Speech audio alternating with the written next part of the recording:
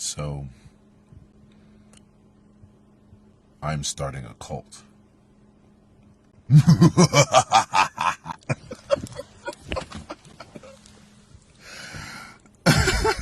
Okay, that was funny. That was funny. Y'all ever notice that when you watch shows and you have villains that do that, if you pay attention closely, now my estimations might be off, but I'm gonna go with it anyway. Hey Tina, thanks for watching. If you watch it closely, when the, when the villains do that, okay, you can go, sir.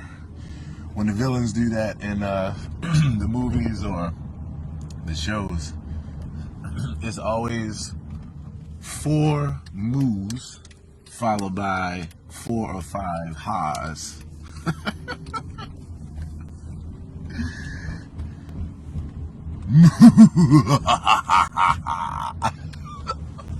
Yeah, that's the funniest laugh in the history of laughs. Oh my gosh. So I just put up a Facebook post about maybe say a little bit under an hour ago. Thanks to everybody who's watching. It's Fidel, it's Tina.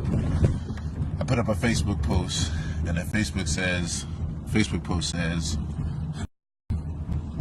I'm starting a cult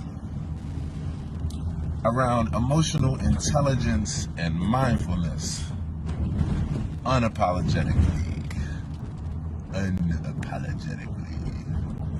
So, I'm just playing. Except for I'm not, though. I'm serious. Nah, I'm just joking. In a serious way, though.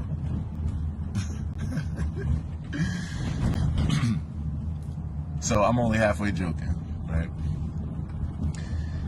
Having so much fun with this journey. So much fun with the self-care journey. So much fun with the mindfulness. Mindfulness is my favorite word. I'm going to paste something to the chat right now. So if y'all get to see it. This is, and you got to excuse me, I'm getting over a little bit of a cold. But actually, this cold is perfect for that villain voice. Like, it's perfect. I can get all the way down there.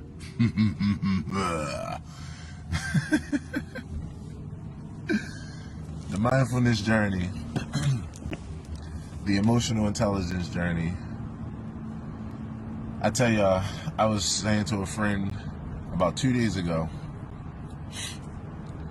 every relationship that I've ever been in, I realize, whether it's a relationship or whether it's just how I live my life day to day, every single day I wake up focused on growth and learning. And I'm about to be focused on freezing if I don't turn this heat on. So yeah, always focus on growth, always focus on learning. Let me know if y'all can hear me clearly as well. My microphone kind of acts weird at times. So that's what I'm like inclined to. That's where my natural inclinations go. Whether that's a relationship that I'm in, or whether it has to do with me studying a subject, like no matter what it is, every day for me is about growth and about learning. And so one of the journeys that I've been on intentionally and consciously for at least, well, it's probably gonna be one of those things where it's probably much longer than I realize, but I'm only counting the amount of time that I've been like actually aware. So let's just put it that way. As far as actually being aware of this journey, it's been, as far as emotionally speaking, emotional intelligence, probably about 6 years.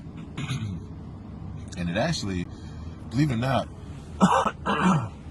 it came about with me studying, when I was going through my spiritual transition and studying all paths and getting to a point of realizing how we were screwing ourselves up in some places as far as our emotions. We were teaching ourselves not to trust ourselves and to trust someone else because we only meant nothing but evil because we were born as sinners. And I was like, yeah, Been told that all my life, and that's some bullshit. And things started changing for me as far as my perspective of humanity. I no longer had this idea that what we were looking at as far as humanity and our ups and our downs, our goods and our so-called bads, right? I no longer looked at that from a pessimistic standpoint. I started looking at it from an optimistic standpoint, which is that we have capacity, right? And matter of fact, it was really more so from a neutral standpoint and went from there. We have a capacity. That capacity gives us the ability to do all kinds of actions. Some are amazing. Some we would subjectively argue are not so amazing. And I would be in the camp to agree with a lot of it. But many of our philosophies have left us, though, with a bottom-up kind of looking at humanity from the mire, from the dirt, from the clay, from the disgusting, the sinful, the wretch undone. Y'all know, for those of you all that follow Christianity, fun fact. So most people, when they sing the song At the Cross, they say, for such a wretch as I am. And I remember in one hymn book when I was 2003, when I was a full-time musician in the church, I remember looking there and it said such a worm as I, and even I was looking at that like, God damn, I know I'm not I know I don't do everything in a way that I would esteem or that I really feel proud of, but god damn, I'm not a worm. How many worms here? So anyway, getting to the point, right? I stopped having a bottom-up mentality about humanity and human behavior, and I started having a top-down mentality. And the top-down came from the perspective of looking at things like, we still have a ways to go, but we are far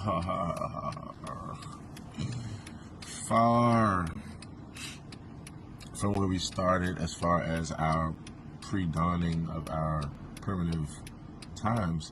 And doesn't that make sense? That's what evolution is. At some point, while we had certain people that believed in a majority, in a large quantity, that slavery was something that made sense, and when those of us, even that didn't agree with it, were still in a position of kind of standing by and allowing it to happen, and we have that in several of our most horrific stories of humanity. That no longer is the case from the majority perspective. So, top down, optimistic. Yes, we still got a ways to go. Yes, we make mistakes, but goddamn, look at how far we've come. Not everybody is out here to get everybody else. There are way more people that are practicing meditation and self-care. There are way technological advances and medicine and all these things have given us the ability to now diagnose things like depression and anxiety and schizophrenia and have good rehabilitation systems and mechanisms for that, versus it's the devil in them. We gotta cast out the devil and more worse, we have to take that life. So that's where I am as a secular humanist. That's where my journey has brought me as I've studied and studied and studied and studied. So I'm really happy and I'm appreciative because here we are, 2020, and I've been living this way for a long time, but each step along the way, you just become more and more self-actualized, more and more aware. Your education goes up. Your awareness, your mindfulness goes up. And so I'm at a place now where I'm so aware of how activated I am, and what that means for me is that I'm living so on purpose right now when it comes from the perspective of love and intention and emotional intelligence, and recognizing it, that I'm literally practicing every day. No judgment, but while some people are enjoying the entertainment of, say, like television, nighttime television, like I'm studying, and like I said, no judgment. It's just I just have a different. I have a different. My mind when it comes to entertainment is that entertainment for me is always practicing and learning and growing. So anyway, I feel like I'm being long-winded. To get to the point, my point is that, with all that, here I am. Let me tell you all about something that I just actually put up today and I just launched, and it was about an hour and a half ago. So I just created a new term, and I'm going to be working to coin a new phrase. That new term is neuromusical, and the phrase is neuromusical mindfulness. Neuromusical mindfulness. The definition is the science of music, right? Which is the science of the effect that music has on the brain. That's what I meant to say. The science of the effect that music has on the brain, plus the therapeutic and transformative effects of mindfulness together equal the neuromusical mindfulness experience. So I have a concept called deep grooves that I've been telling you all about. And it started off, just to give some quick context, it started off as an album years ago. I would say at least about 10 years to be exact. It started off as an album where I was just laying down like some deep grooves from like the hip hop and soul perspective. Just some real, if you guys are Jay Dilla heads or Pete Rock heads, it was just like some real deep repetitive loop grooves, because that's where I came from as a hip hop producer. And so I never finished the album, but I would revisit the album from year to year and just listen to the tracks and just be inspired by them. And at some point when I was looking at, in the recent 2 years, I wanted to finish it, it all of a sudden took on a new meaning for me. The term deep grooves took on the meaning of neurological reprogramming. It took on the meaning of looking at the neural pathways and how, if I just start with our present day music, some of our most popular music isn't feeding us the proper tools. It's not digging the right grooves as far as the proper tools to really solve the issues that we're out here complaining about. In fact, in many ways, they're reinforcing it or not using the power for the greatest good, in my opinion. And so I started realizing that I wanted to actually put together music. I wanted to take my music in the direction of putting together music that was about reprogramming our minds, instead of programming our minds with messages of hate or messages of competition or messages of total just every man and woman for themselves. I'm an individual doing my own thing, or messages of anger, just all these things that they have a place in our world, but some of them we need to be talking about from the conversation of remedy and that kind of thing, and not just exploitation of it, not just propagation of it, where we're just expressing it, because then we're entertained by it.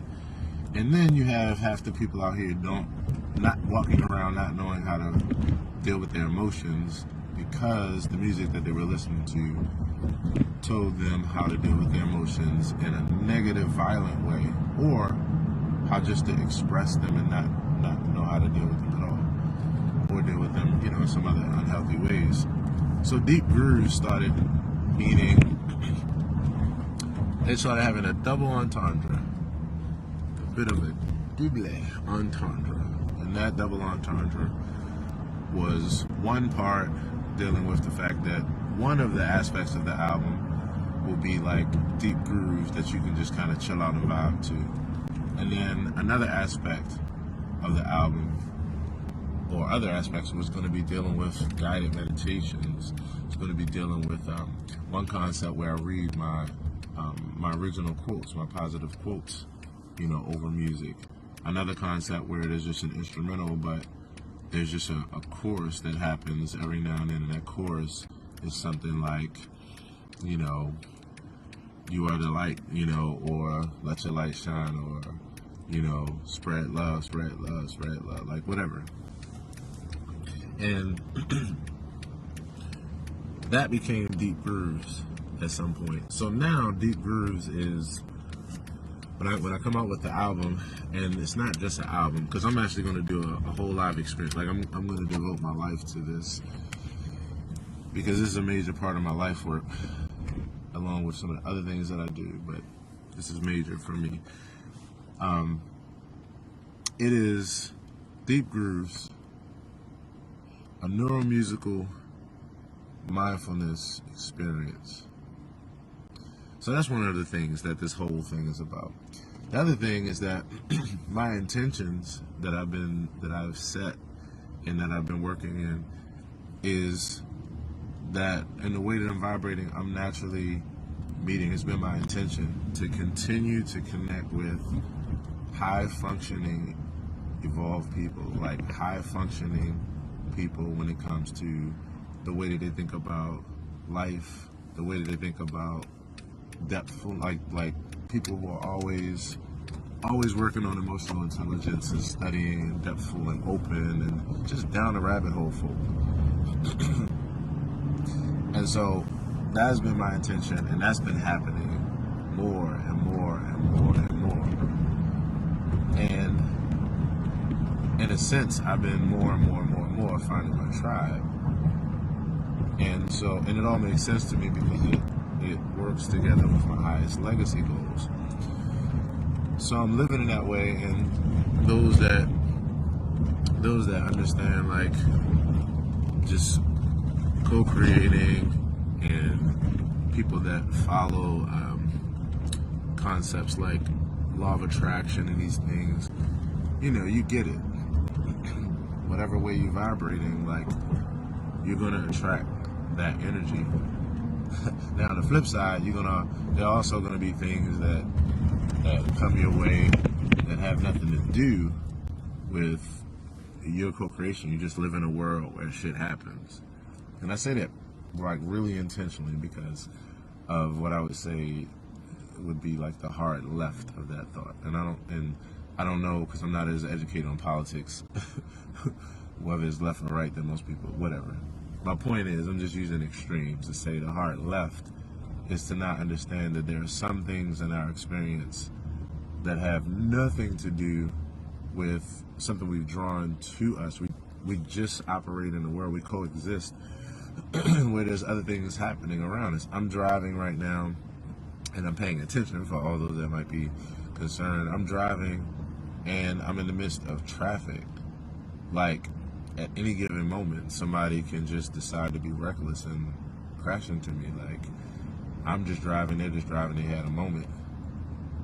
Not a moment that I co-created, at all. Besides the fact that I drove, if we're talking about that level, okay. So anyway, but yeah, other than that though, we live in this experience where we draw a lot of things to us, we push a lot of things away from us with our energy, and then even beyond that, there are things that happen. So, I'm very aware of at this point how my hardcore driving towards development, growth, learning, emotional intelligence, mindfulness, self-care, how it's creating that world around me as far as the type of people that I'm connecting with. So in that regard, I'm finally finding my tribe. And for those that are just chiming in, sorry if you've been listening to this whole time and this annoys you at this point, but for those just chiming in on the live, I'm finding my tribe. And so, all right. So here's the other side of the equation. Why I keep doing that, and why I said I'm starting a cult and all these kind of things. So, I know that when it comes to the term cult, like it's the scariest thing in the world for most people. That's why I'm joking around with this laugh and playing, and I was glad that when I started this live stream, it was at night and I was in the dark. Because I like to challenge social norms. I like to challenge stuff like the idea that the number 666 is some kind of moo ha ha number. It's not. It's not. I went bowling one time with a friend. I'll never forget. And we were playing, and somehow, like, the scores, or one of the scores on the screen, or however it added up, was like 666. And he was like, man, hurry up and bowl. Somebody hurry up and bowl. And I was just like, man. And again, I get it. I empathize with it. But I'm like, damn. I mean, it was a couple years ago. But I'm like, wow, we're here, and we still have these superstitions that, like, are so primitive. But again, it's understandable. It's evolution. But I just feel like I'm here to be a part of, like, the opening of, of minds. And so I have appreciated at this point, and it's something I saw happening over time. I was like, oh, this is great, actually, because I'm built for this. I appreciate at this point that I am, like, totally, in many ways, an anomaly, in many regards. I'm a person who has stood on different sides, but to stand here right now as an African American, atheist, polyamorous man who doesn't have inhibitions around certain things and is able to open up people's minds to things because they understand his heart, even if they don't understand, even if they can't necessarily identify or have never heard of what he's talking about, but he's talking about it in a way where they know him to be a positive, loving person, and it's undeniable. So the cognitive dissonance happens, where it's like, I want to write off what he's saying, but at the same time, though, this dude, he doesn't even get on Facebook Live unless he's talking about some shit, like unless he's going in. He doesn't waste time just doing random shit. He doesn't post random shit. Everything is very thoughtful and has meaning, and in some way it's either it opens me up in some way or, so like at some point I was like, oh, this is perfect, because one of the things about my DNA is that I have never been affected by judgment. Ever since I was a kid. For those of y'all that saw my picture the other day, the Steve Urkel picture, or at least I put it up and I said the kid as a kid, on my Urkel kid. I was really that kid. I had the thick plastic glasses. I had the strap around the back. I leaned my head to the side. I had the my mom was a great mom who took care of me, and my mom was at the time the most frugal to a detriment. Not really detriment, but she was frugal to the point of, like, I told somebody the other day, it was so funny. One time I went over to my father's house for the summer. My mother bought me a whole bunch of summer outfits, and the summer outfits were all t-shirt material. The shorts and the shirt were both t-shirt material, and the shorts had not nary a pocket on it. So my father had to buy me all new summer clothes because I was the only kid walking around a place like the arcade. Back in the day with the arcade, you got $1 million quarters. I was the only kid walking around with either a bag of quarters, risking them to be stolen because I had to sit them down, or the quarters just in my hand. Like, oh my gosh. So anyway, I grew up being made fun of in various ways. I was also a nerd. I was also a very smart kid because my mom was very much an educated school teacher who really put education first, and it was the greatest thing in the world. I'm so grateful for how that panned out and for my mom, being that person. But of course, the unfortunate thing about much of our society demographic of the African American community for a long time, like you were looked down upon for being smart. Thank you so much, Karen. Karen says, I hear you and I love your message. I so appreciate that. But yeah, we were looked down on. I'm not now we were looked down on. You were looked down on back in the day if you were smart in school. It was cool to be dumb. So I had everything against me. I had the Steve Urkel thing going on. I'm a nerd. I was skinny. I was very skinny. Most people laugh because I tell them that if you just met me in, say, like the last, I'll say the last, 25, I'm 37 now. So if you met me in the last 12 years, chances are, hey, Jewel, hey, Karen, let me say hello to everybody here. I'm sorry. Jewel, Karen, Walter, Greg, Lamont, Justin, Teresa, thank y'all so much. Jermaine, Fideltina.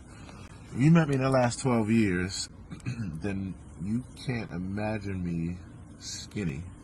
Like most people that have met me in the last 12 years, when I tell them that at one point I was 150 pounds soaking wet. Brian Akers is in the building. Sorry, I had to do that one. I promise y'all that's the last time I'm going to do that.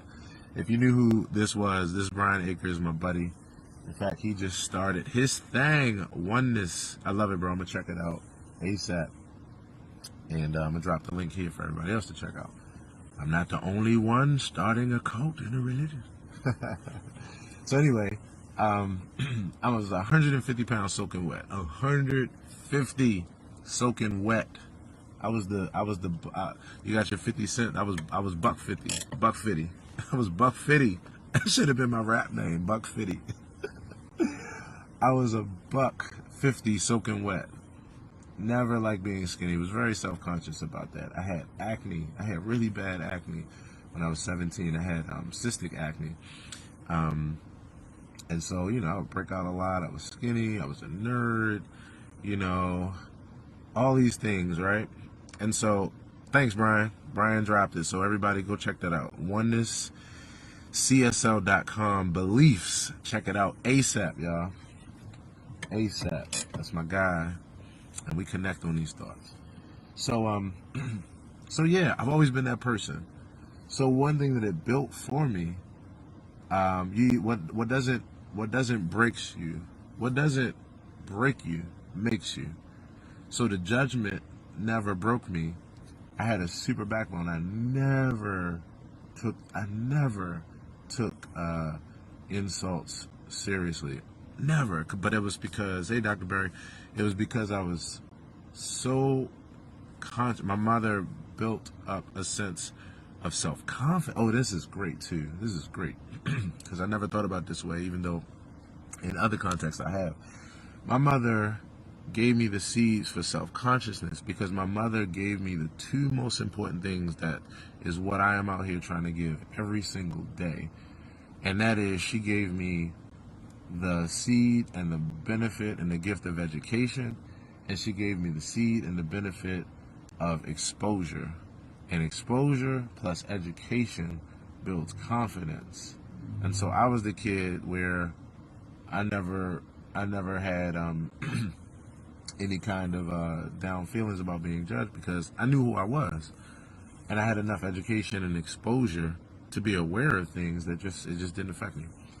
So fast forward today, here I am as this guy who's on a different tip and actually comes from a background of people that's on slightly a different tip, and I'm like, I love it. I am going to be, for all those that are listening, I am going to be the most moral having, positive, knowledgeable, depthful, emotionally intelligent, biggest heart atheist that you know. Where it changes the game, where it redefines certain people's definition of what they look at someone who in their terms, and I hate this term, but I have to say it just for the context of theology, what a quote unquote non-believer would look like. And so I love that. I love that. Not to make it so much about just this particular paradigm, but this is because it's my life. I've had so many times where I have been a musician in church on this side, where it was no longer for me the theology that was being talked about, and that kind of thing. But because of who I am, I exhibit all the things that most people display, or most people understand or consider Christ-like characteristics. So I would sit there, and at some point, and this has just been in my life period, but especially when I be playing in church, and I'm actually one of the main aspects of bringing the spirit and the anointing and the experience that everybody else is having. And I'm like, this is so interesting, because most people in here have no idea that I don't identify with any of this. And I used to be able to, because it was what I did full time. But like, most people have no idea. And not only that, most people actually think that because of the characteristics that I'm displaying, that I actually am on that side of the theological equation. And so, and I understood why. I'm just like, it makes all the sense in the world. Because this philosophy has actually concluded that the only way for you to display these kind of characteristics, it can't be possible to have the fruits of the Spirit, to actually display and actually exhibit the fruits of the Spirit, if you don't actually believe this, And so at some point I was like, I love this journey, and I love the fact that I get the opportunity to do this, because your actions speak louder than your words. And most of you all who are even familiar with these kind of songs, they have, a song in hymn that says, "May the works I've done speak for me," right? And a lot of these premises, minus, like I say, some of the gory and some of the other things that I object to, they make sense. One of my favorite songs is by Mahalia Jackson, "If I Can Help Somebody, Then My Living Will Not Be in Vain." And although most people know Mahalia Jackson as a gospel personality and singer, this was her most secular and non-religious song, and is actually, arguably, I believe, I'm going to do the research, I think it's her most popular song. I think it is her most popular song. So that aspect, hey Stephen, that is super fun for me. I'm super excited. I'm on this self-care journey. I realize that the level of mindfulness and meditation and meditative music that I'm bringing to people and that I'm about to unveil, I realize as a leader coming from that perspective, that most people would definitely deeply call spiritual. And I don't have a problem with it at all. Because I know that when you get down to the bottom of it, these are just basic human characteristics. The problem is, what we have done is we have decided that when you live at your fullest capacity as a loving, thriving human being that's shining light into the world, we have decided that means you are no longer human, or you're no longer being human.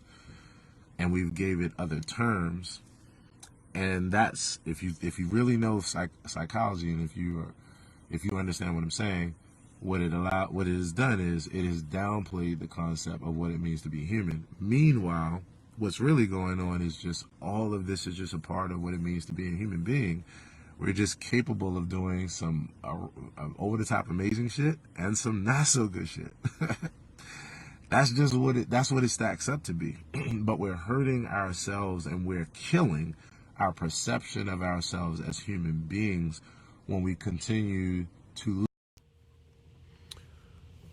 So many of our terms, although our intentions are set for them to lift us up, in many ways they're destroying our confidence, they're destroying our level of self-esteem and our level of self-worth. Although on the surface level, they seem like they're building us up, but they're not. They're actually disempowering us, because they're making us be even more reliant on forces outside of ourselves.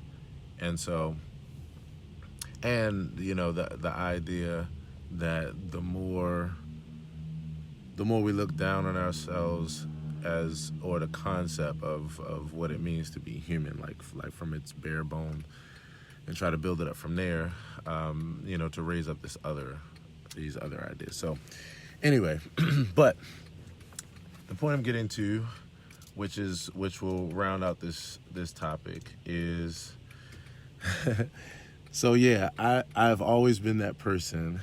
In fact, Mr. Vidal, you know me as that person. I've always been that person where my confidence and esteem came from my education and exposure. And so that's been really good because it's allowed me to persevere. And so now I stand here as a person who loves the fact that I am an anomaly, because I get to change some people's minds and their perceptions about what it means to be, human, and go directly against, where it, as they say, it goes directly against their their theological beliefs and that kind of thing. So anyway, here we are, 2020, and I am so excited about where my vision is, because I realized over time, I'm like, you know what?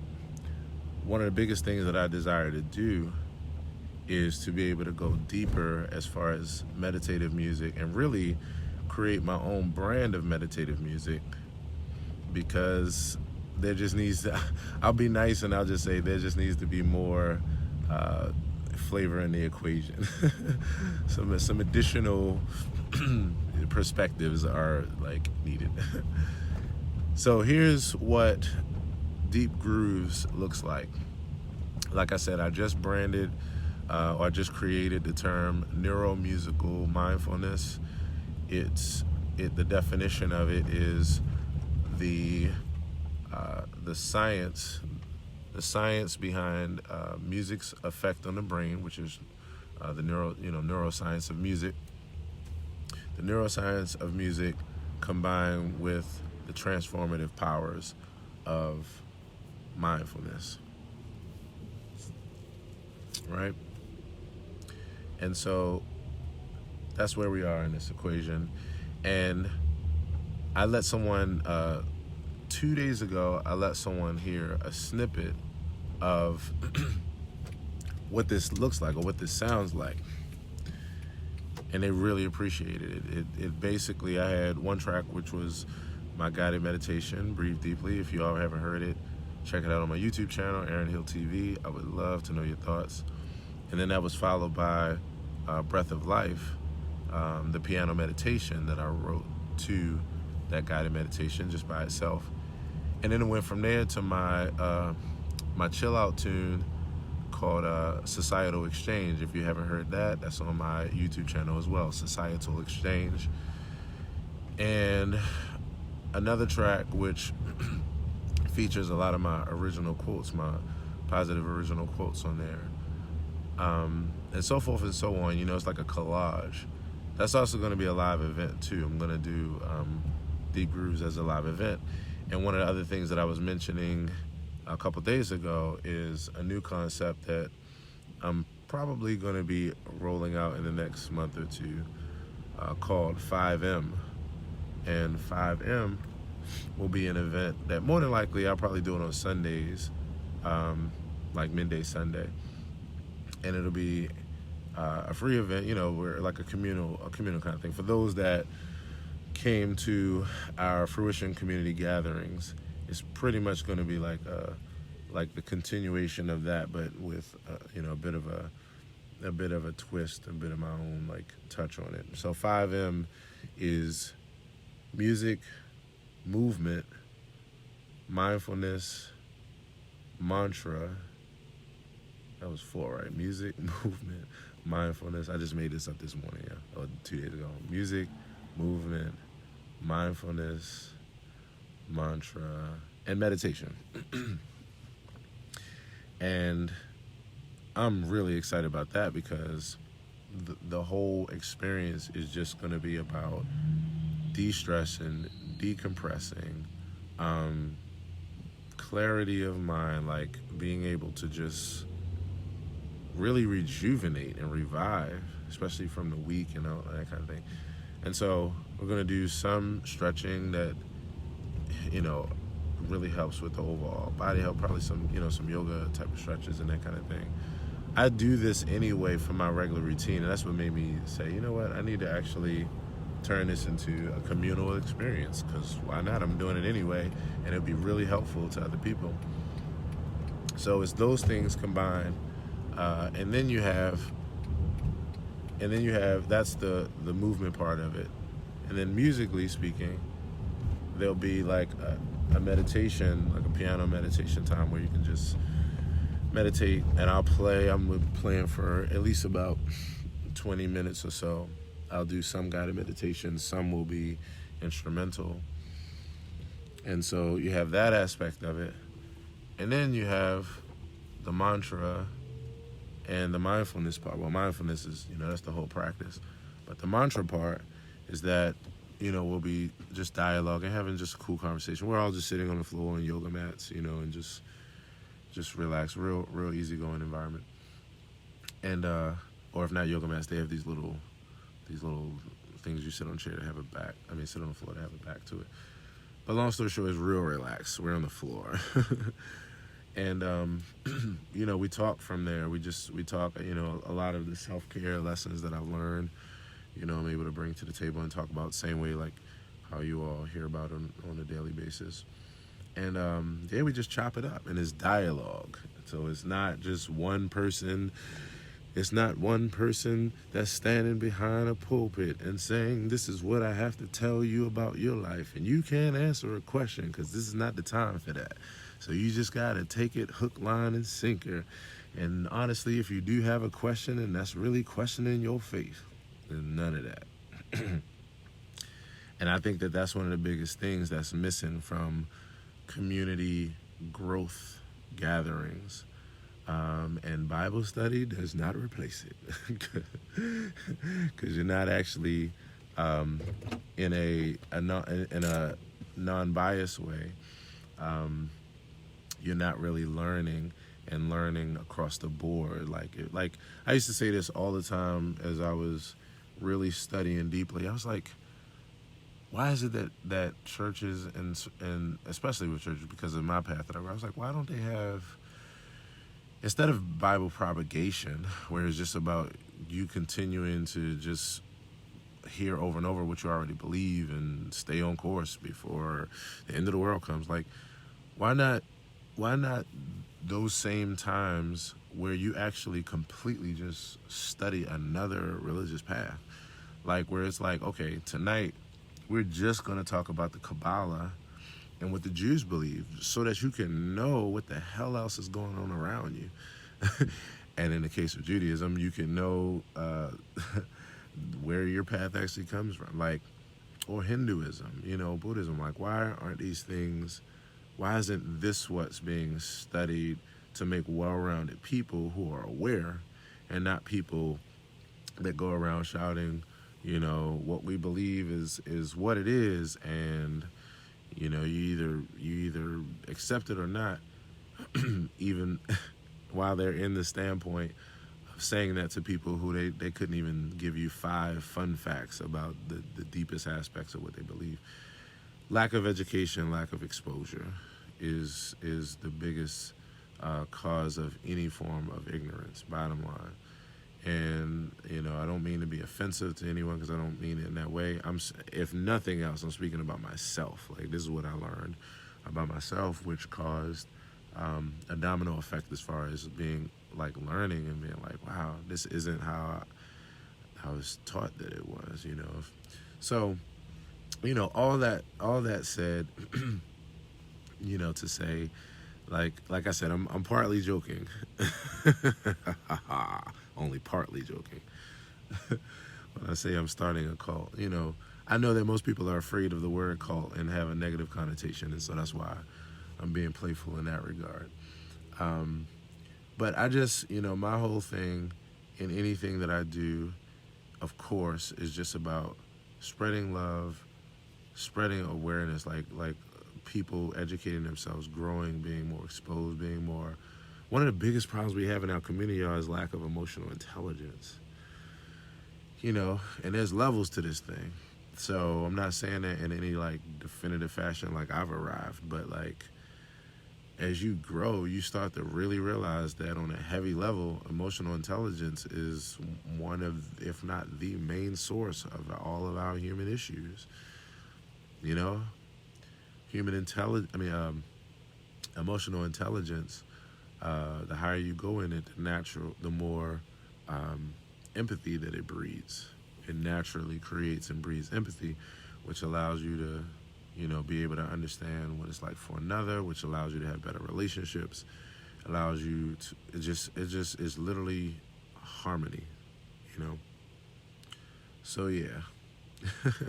So anyway, I feel like I'm rambling at this point, but probably to for a good point. But I'll end here and just say, muhuhaha. I'll just say that, okay, so this is, for those that are listening on the podcast later, my phone cut out, so this is the second video. So I said I wasn't going to do that again, but this is the second video, so some people hadn't seen it. So yeah, just excuse that last little funny, corny joke. And yeah, 2020, there's so many things that is coming out of my fingers, my mind, my mouth, and it's all expressions are geared to a better humanity with more emotionally intelligent people who know how to be mindful and who take time for themselves in order to be healthy individuals, and who are developing the biggest sense of empathy known to mankind at this point. So call it what you want. And actually, I'm glad I said that, because now I got it out the way so that when things grow, those people that start to get suspicious about it, because it's like, why the hell is Aaron having so much of an impact? Like, I know he was doing some things, but goddamn, the cat will be out the bag. It won't, it won't be like you're like, I know what's going on. Here's a cult, because you're like, wait a minute, he did 2 live streams saying I'm starting a cult. All right, y'all, I'm tripping. I'm having too much fun. So drop me a line. Let me know if what you think of any of this. I am so looking forward to the conversation. And as always, peace and be well. All right, take care.